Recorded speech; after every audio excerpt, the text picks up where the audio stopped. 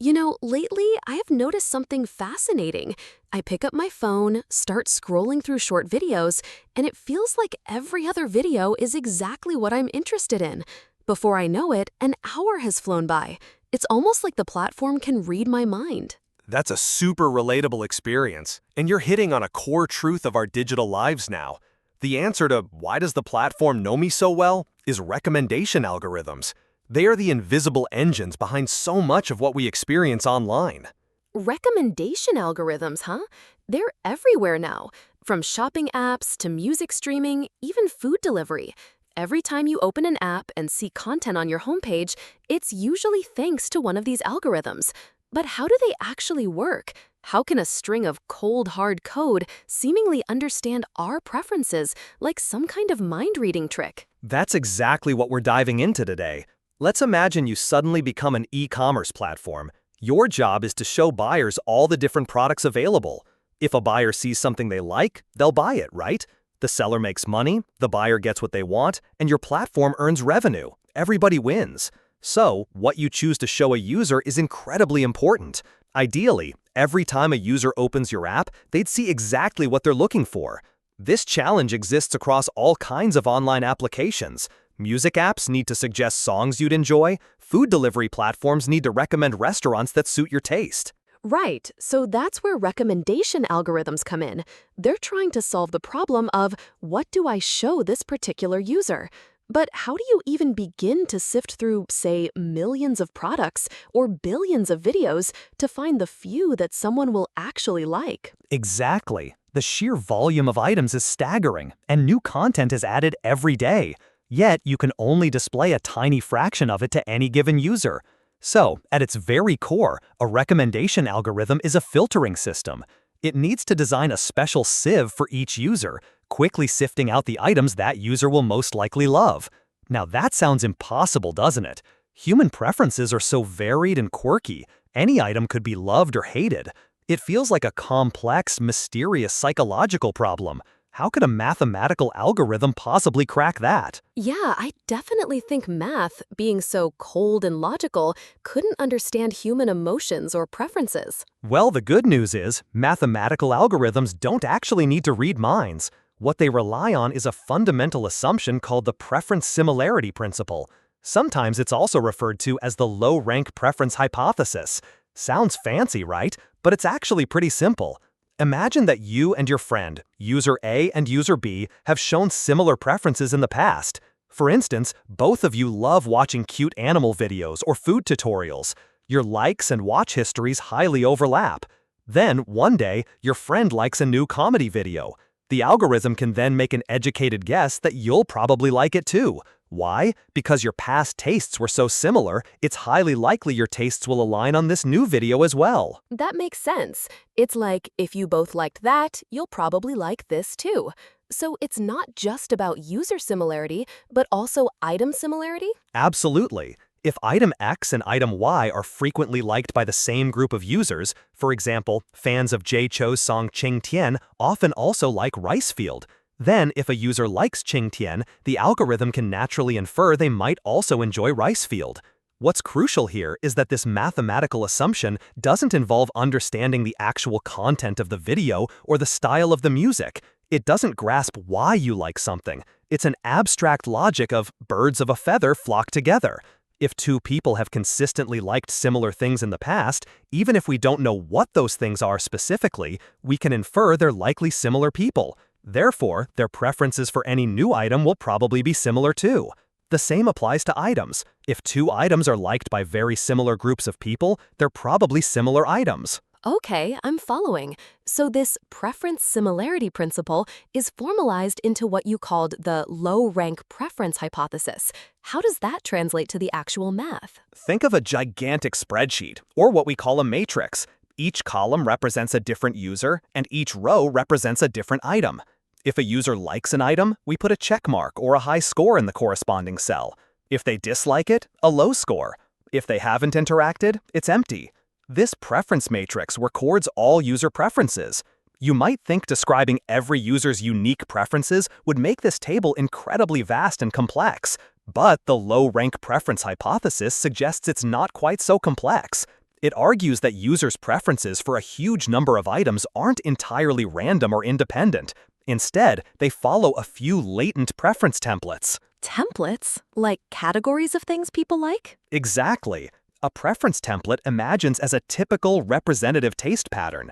In this template, certain types of items are always linked. They're either liked together or disliked together. For example, there might be a cute pet template. Under this template, videos about kittens, puppies, or pandas would get high scores, while horror films or hardcore competitive games would get low scores. Similarly, a food exploration template would give high scores to cooking videos or restaurant reviews. The key insight is that while there are billions of users and millions of items, the number of these underlying preference templates might be quite small, perhaps only a few hundred. So how does that relate to each user then? The low rank part of the hypothesis is that any given user's complete preference list, that is, any column in our giant table, can actually be seen as a combination of a few of these preference templates. For instance, John's preferences might break down into 70% cute pet and 30% food exploration. Sarah might be 50% suspenseful thriller, 30% educational content, and 20% travel vlogs. In linear algebra, this is like saying the large preference matrix can be decomposed into two smaller matrices, representing the template scores for items and each user's mix of templates. The rank refers to the number of these templates. So, the assumption is that the complexity of all preferences can be captured by a relatively small number of underlying taste dimensions, or templates. That's a clever way to simplify something so complex. So this low-rank hypothesis basically says that even though there are tons of users, their combined preferences can be explained by a much smaller set of common taste patterns. Precisely. And with this low-rank hypothesis and preference similarity principle, the simplest and most fundamental recommendation algorithm emerges: collaborative filtering. The idea is that you can find users Y who have similar tastes to user X and then recommend things that Y liked but X hasn't seen yet. Or, if a user liked item A and most users who liked item A also liked item B, then you can recommend item B to that user. This approach only needs a few data points, like a new user's likes, follows, or watch completions, to quickly understand their core preferences and filter out a batch of items they're highly likely to enjoy. The collaborative part comes from leveraging the collective intelligence of many users. Your recommendations are a synthesis of what countless others have liked and chosen. So collaborative filtering sounds like a classic method. Does it have any weaknesses, though? It does. It has some inherent soft spots. First, collaborative filtering tends to recommend items that are already popular. Why? Because it's based on finding people similar to you, and popular items have been interacted with by many more users, providing more data. It makes them easier for the algorithm to identify as connection points. It creates a self-fulfilling prophecy. The more popular something is, the more it gets recommended, and the more popular it becomes. This explains why certain content suddenly go viral across platforms. Think of that viral marmot fight video. It was universally appealing, so more people watched, more liked, and then similar users were recommended it, creating a huge surge in popularity. Ah, the rich get richer effect for content. But what about niche interests or new content that isn't popular yet? That's the flip side. Collaborative filtering struggles to discover long-tail content, less popular but potentially highly relevant items. This could be a unique niche documentary, an indie musician with a distinctive style but few followers, or a talented new creator who just uploaded their first video. Because these long-tail items have little interaction data, collaborative filtering finds it hard to figure out who they're similar to or who to recommend them to. Even if the content is perfectly aligned with your interests, the lack of data makes the recommendation chain break. And it's even worse for brand new users or newly uploaded items, which have absolutely no interaction data. But you still need to show them something, right? So, how do you solve that? That's a tricky one. It seems like the algorithm can only go so far with just similarity. It needs to understand the actual content. Precisely. The core limitation here is that the algorithm relies solely on the similarity of user preferences. It can't truly understand what a specific video is about. It can't look at your likes and instantly grasp that you're into cute animals or tech reviews like a human can.